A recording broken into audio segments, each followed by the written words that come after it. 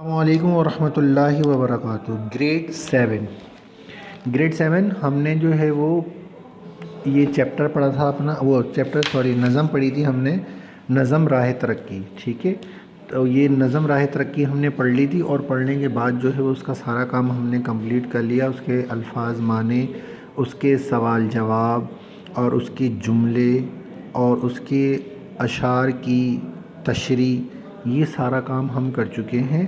اگر جن بچوں نے یہ کام نہیں کیا تو اس کو گوگل کلاس روم سے لے کر لیں، اور واٹس ایپ گروپ کے اندر بھی موجود ہے، وہاں سے بھی لے کر وہ کر سکتے ہیں۔ ٹھیک ہے، ایک بات تو یہ ہو گئی۔ دوسری بات یہ کہ ابھی یہ نظم ہماری مکمل نہیں ہوئی، اس کا مرکزی خیال باقی ہے، جو کہ آپ کے سامنے نظر آ رہا ہے۔ یہ مرکزی خیال آپ کو کرنا ہے۔ ٹھیک ہے، اس مرکزی خیال کو جو ہے میں ابھی پڑھ کے آپ کو بتا دیتا ہوں، اور اس کے بعد یہ آپ کو گوگل کلاس روم میں بھی مل جائے گا، اور آپ کے جو ہے وہ گروپ میں بھی آپ کو مل جائے گا، تو وہاں سے آپ اس کو دیکھ کر اور اس کو اتار لیجئے گا، اور اپنا یہ جو نظم ہے راہ ترقی، اس کو مکمل کر لیجئے گا۔ ٹھیک ہے، تو اب میں اس کو ریڈ کر رہا ہوں، آپ سن لیں۔ سب سے پہلے آپ حوالہ لکھیں گے۔ حوالہ: نظم راہ ترقی ہماری اردو کی درسی کتاب میں موجود ہے، جس کے شاعر مؤلفین ہیں۔ اس کے بعد حوالہ شاعر۔ حوالہ شاعر میں نے یہاں پر حزب سابق لکھا ہوا ہے۔ حزب سابق کیوں لکھا ہوا ہے؟ کیونکہ جب میں نے آپ کو اشعار کی تشریح میں ایک شعر کی تشریح سمجھائی تھی، تو اس میں حوالہ اور حوالہ شاعر وہاں لکھا تھا، تو وہاں پر ہو گیا ہے، تو اب دوبارہ اس کو لکھنے کی ضرورت نہیں، بلکہ حزب سابق یعنی وہی والا جو آپ نے تشریح میں لکھا تھا، وہی حوالہ یہاں پر آ جائے گا۔ ٹھیک ہے، اس کے بعد مرکزی خیال ہے۔ مرکزی خیال دیکھیں۔ اس نظم کا مرکزی نقطہ یہ ہے کہ محنت انسان کو ترقی کی طرف لے جاتی ہے، اور اس محنت میں جو بھی تکالیف، مصائب، پریشانیاں اور مصیبتوں کا سامنا ڈٹ کر کر لیتا ہے، وہ کامیاب اور کامران ہو جاتا ہے، اور دنیا میں ایک مقام پاتا ہے۔ یہ ہے۔ اس کے بعد شعر: زندگی نام ہے حرکت کا، تم افسردہ نہ ہو۔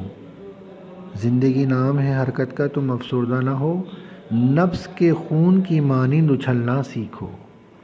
اس کے بعد اس کی وضاحت ہے: لہٰذا ہمیں چاہیے کہ اپنے عزم اور حوصلے کو پست نہ ہونے دیں، اور ایک دفعہ کی ناکامی کے بعد دوبارہ نئے سرے سے نئے عزم اور ارادے اور جستجو کے ساتھ اٹھیں، اور سنگ خارا، سخت پتھر سے جس طرح چشمہ ابلتا ہے، اس طرح اٹھنے کی کوشش کریں، تو اللہ تعالیٰ بھی ہمارا حامی و ناصر ہوگا، کیونکہ محنت کرنے والا اللہ کا دوست ہوتا ہے۔ اس کے بعد شعر ہے: چشمہ آب ہو تم، سوتے ہو کیوں زیر زمین؟ چشمہ آب ہو تم، سوتے ہو کیوں زیر زمین، سنگ خارا کے شگافوں سے ابھلنا سیکھو۔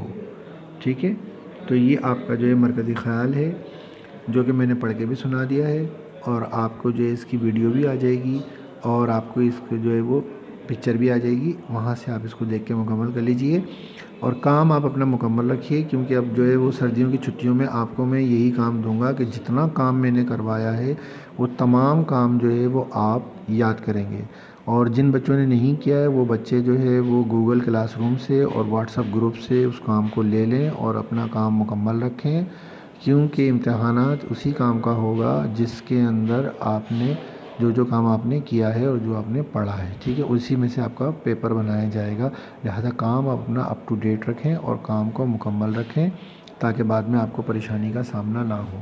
ٹھیک ہے، یہ آپ کا مرکزی خیال ہے، تو میں امید کرتا ہوں کہ یہ سارا کام آپ کمپلیٹ کر لیں گے۔